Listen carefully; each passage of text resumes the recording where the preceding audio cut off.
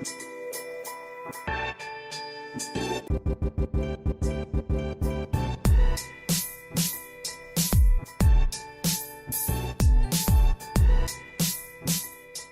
everyone, and a very warm welcome to yet another episode of this exclusive video series on Adaptable HR The Future Is Now, brought to you by People Matters in association with Allied Solutions.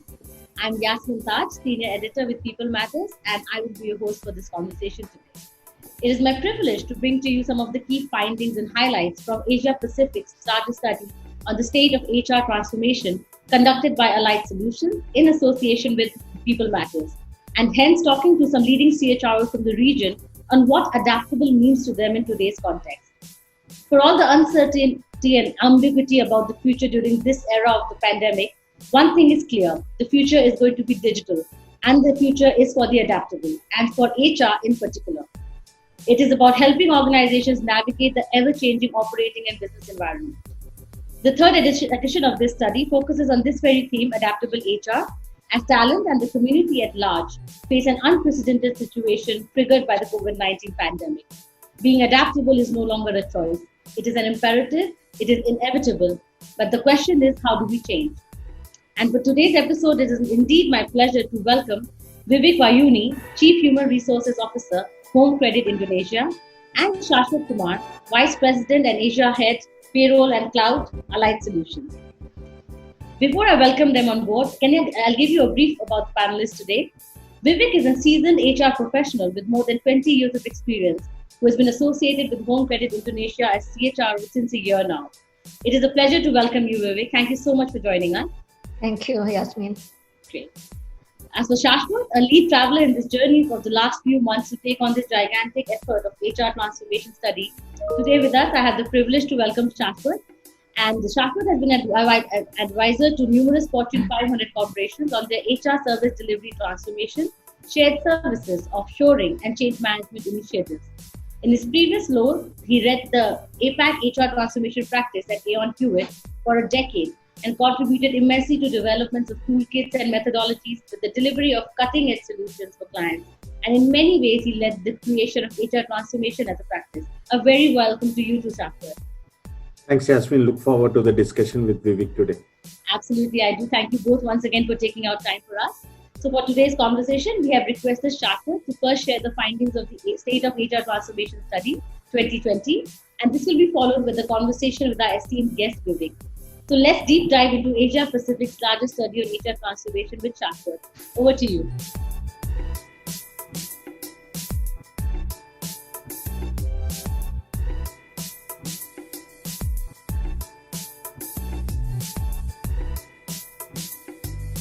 I will give you a brief overview of the study, what the adaptable framework is, then pause, ask you for specific areas you will want to get into, and then we'll come back and look forward to some insights from you, and Yasmin has some questions for you.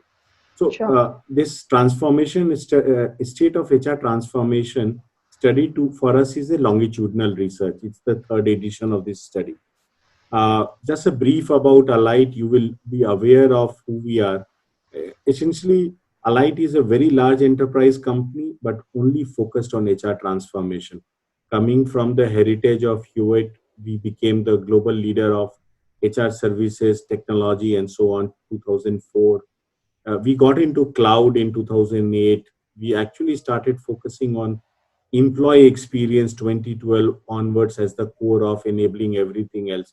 So we are all about HR transformation and enabling HR success. So that's why this is such an important research to us. And it's also an ongoing contribution back to the community, and we learn from that. So thanks for your time. Coming to the study itself, Vivek, what happened was we were supposed to launch this study in February. Okay. And then COVID happened. So we kind of delayed the launch. As we delayed the launch, we said, okay, let's see what's happening and what HR leaders are doing. As we looked at many of our clients, we realized that as HR leaders, and for example, if you think of your own situation, you were working through the whole crisis to enable businesses to continue. While doing that, you were also looking at well-being of employees, their sentiment, how to keep them engaged, how do you take care for them, making policy changes and so on. Collaborating not only within the organization with business, but also very well with industry peers and with the larger stakeholders, which could be government, which could be other multiple stakeholders.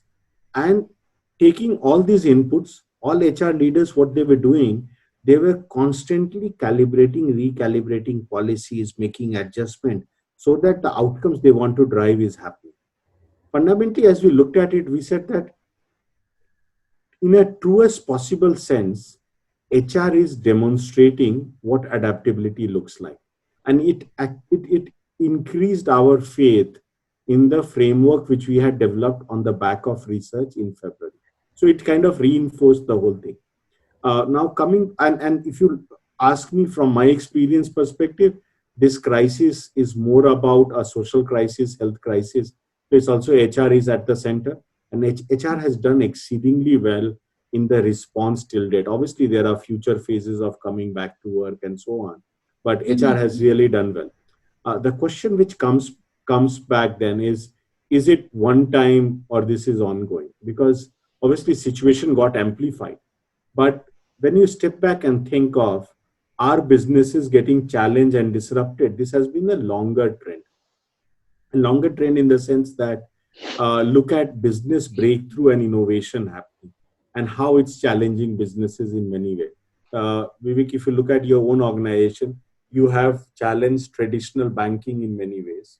You have actually gone and occupied white spaces because banks were slow. And now there are new fintech companies coming in and trying to disrupt even that model even further. So that will continue, and great firms will adopt and kind of respond to that. So that creates one dimension of demand on HR. The other dimension of demand on HR will obviously come from organization and job reconfiguration. When I looked at your earlier comments and interviews, you do talk about the whole learning as the center of organization, agility, and so on. And why it's so important and why to create the whole networks in organization is because the org structure will get changed. Jobs will get changed because of multiple technology pieces coming in. So that creates second dimension of demand on HR. The third dimension is really around talent, experience, and aspirations. People are today not willing to wait long. They want to connect to the purpose, higher purpose and impact day one. They want to experience consumer grade experience which they are seeing in their daily life. And they also want a lot more transparency from their employer. So that creates the third demand, third spectrum of vector, you can say. So literally all these three vectors are evolving for HR, which means that if you are an HR leader, even if you are doing great, you will have to constantly adapt and change. That's where the whole notion and this whole construct has been there in previous studies. We are just seeing this accelerate further. What it leads to is then what is an adaptable HR? So our premise was fairly simple. It's about ability to sense and adjust to new conditions. Okay. So once we said, okay, that's the case, we said then how does HR add value? And previously, Vivek, we have always talked about HR adds value through three things: about the outcomes they deliver. And to your point, if you look at typical outcomes which will stand out is capability, culture, high performance, different from performance management, delivering on aspirations, and so on. And so those are outcomes. And the other dimension has been experience, and third dimension is people analytics. So fundamentally, that's how HR adds value. But we said if you put the framework of adaptable HR, that's not sufficient. Because it's not only outcomes, it's commitments to outcome. So commitment to outcome not only from HR, but also the other stakeholders for whom you are delivering those outcomes. Because the moment you make this a joint commitment, it also gives either party the right to come back and say, there is a need to change or adjust this outcome because the context has changed. So that became really the change from just outcomes to commitment to outcomes. We actually moved experience away from an outcome to a discipline, and I will talk about that later. What is really an outcome from an HR perspective is adoption at heart. So it's not about one-time experience, it's about ongoing adoption of your programs, your services, how you see the ecosystem organization evolving Even if your culture is a goal, how do you reinforce that culture constantly and so on? So that the moment you put a lens of adoption, it's an ongoing, it's not a one-time project, it's an ongoing behavior change. The third piece, which we said, people analytics, we said it's about navigating to the future. Because you can have all the analytics in the world. The analytics which matter to you is the analytics which is contextually important to you. So that analytics which is contextually important to you fundamentally is your GPS. And Vivek, you talked about feeling secure and in command when you drive. So you need a GPS. Similarly, HR needs people analytics as a GPS to drive their journey towards future. So that became the three anchored outcomes for us. And that's where, if you look at these three anchor outcomes, will happen when you think of three changes in the way we do things. First is the change in how we design solutions. uh, Traditionally, HR has looked at functional lens of design too much. But the moment you put outcome central, you will have to cut across functional silos and design things with a customer centric view. But fundamentally, you need to break the silos.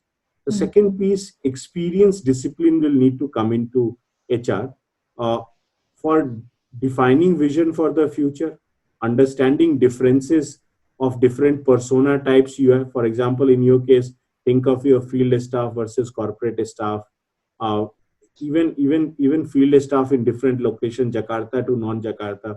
Knowing Indonesia, think of remote islands, then how it translates, and then look at how do you realize a similar vision for the future from an experience perspective and constantly improve it. It's a lot of work, and that's a discipline. And the third piece, which is maybe the most important piece, Vivek, is governance. So when Yeah. I say governance, it's not compliance. So compliance is important, and that's a separate dimension. Here, governance is HR's discipline to sit with business, to say that, okay, how we can partner with you or help you succeed with your business transformation programs and your business agenda. What are the things which matter to you and how we can potentially deliver to that? Once that happens, you look for solutions, or at times you jointly develop solutions. You implement those, look at data to inform whether you are progressing well or not, and go back and do this conversation again.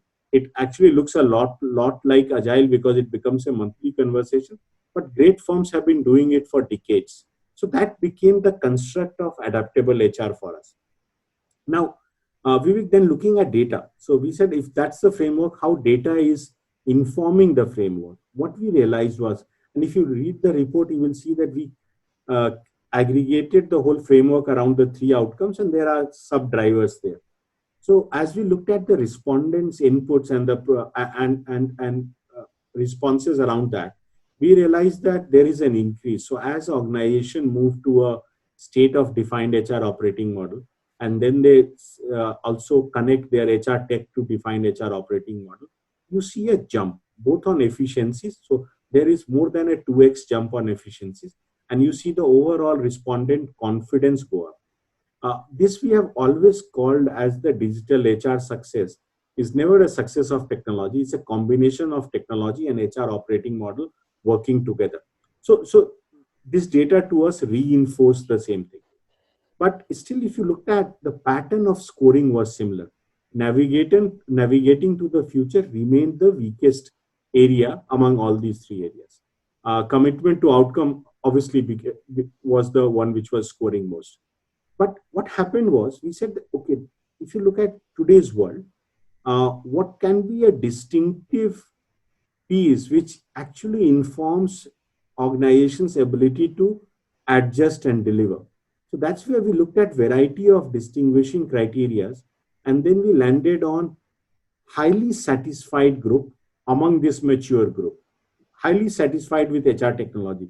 And Vivek, why it was a differentiated piece? Because it's not only about making your tech choice right, because tech choice will never give you satisfaction on your own. It's your discipline of making it work for your organization, which actually needs making fair bit of behavior change, way of working change. When we actually put that lens, we realized that not only the scores went up dramatically, also the score on navigating to the future went up. And our assumption got true, because when you pick up navigating to the future and different items there, the only thing which is making this difference is actually the discipline around governance. So we had in report, we have separate data on governance, how organizations are doing it, and so on. So these are the organizations where HR starts. So irrespective of Vivek, where your current technology, current HR model, and all those things are, our now fundamental insight is when the ways of working starts changing, that's when the discipline starts kicking in. Essentially, which means that HR starts thinking outside in, starts collaborating within HR to drive outcomes. The whole thing starts changing. And these are the organizations who are pulling ahead on everything else. And then I will show later on more data to you on this. And this is a interesting thing which will kind of demonstrate it. So if you think of data on the left-hand side and the right-hand side of the slide, companies on the right-hand side are doing all the things which companies on the left-hand side do. But as to my earlier point, when you kind of cross the digital divide, what happens is you have both the bandwidth to do more, and you have tools and insights to do more. And hence, these organizations are able to focus on things like cultural alignment, enabling business transformation through different business innovation programs they are going through, de-risking critical roles. And then it's different from leadership development, because leadership development is a function view, but critical roles is a strategic view, and how do you enable success of that. Managing employee experience and aspirations. So different from just pure learning, because aspiration will take careers, learning, experience, current welfare, work environment, a lot of those things together. Beyond that, these are the organizations, because they have the tool sets and readiness, they are also able to keep pace with disruptions in nature, and they also tend to adopt newer technology, whether it's robotics, whether it's artificial intelligence, machine learning, all of those. These organizations tend to do around 2.5x better than the rest. So this became another confirmation to us. The third thing was their readiness to respond. So organizations which will show all these traits are also more ready to respond. And being ready is not to say that they have everything ready now. Culturally and mindset wise, they are ready to face any new challenge, and they will respond quicker to that. To us, Vivek, this became the most important insight, because fundamentally we have been saying all the time that HR transformation is not about HR transformation, it's changing HR. HR transformation is about enabling business transformations and enabling success of that. Because typically all large organizations today have multiple business transformations happening. All those business transformations, when you step back, and will look like either an org change, either job reconfiguration, which is around capabilities changing. A lot of time it's about not only changing that, but also changing behavior pieces. A lot of time it's about making a lot more cultural changes. But fundamentally, all of them need HR to come to the table for those business transformation to succeed. And that's where we are also seeing many organizations actually starting with HR transformation, because then it will lead the way for rest. Because then HR transformation literally acts as the lighthouse for the rest of the organization. So that this is where I will pause, Vivek. Any other area you want me to get into the detail? Please, your inputs.